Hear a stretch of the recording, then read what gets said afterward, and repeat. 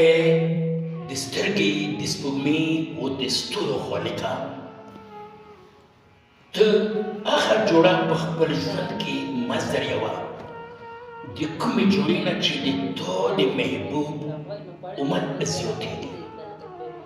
د ما شیرینه وروره، د ښځې او د خاوند دغه مقدس رشته څه مذهبي رشته نه ده، بلکې دا د انساني رشتې د تسلسل یوه نامکمله اجنډا ده. د 21مې صدۍ بابا آدم او بیبي حوا یعنې ښځه و خاوند په خپل کور کې په کټ کې ناست، نو دغه خاوند خپلې بیبي شیرینې لیایي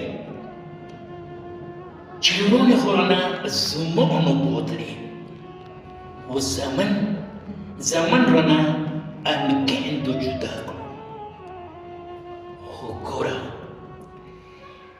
موږ به دا خبره ځان له نه ودروو چې بچو له کوم وخت کې د مو ضرورت و نو بچي د مو سره وو.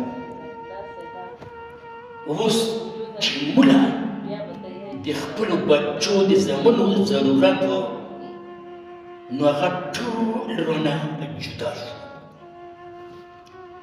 دا د وخت فیصله ده او دا یو تریخ حقیقت ده چې ښځه د خپل خاوند دپاره د مور و پلار کور چې کله پرېږدي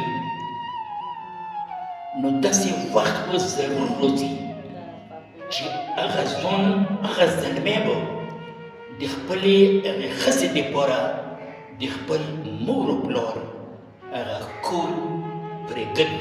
دا یوه اټل فیصله ده. ژوند د یوه سفرنامه ده بیبي شیرینې، خو دغې سفرنامې کې به دواړه د حالاتو سره سمجوتا کوو چې ته وې او زه وم، نو ګوره وخت به تېرول ډېر ګران شي.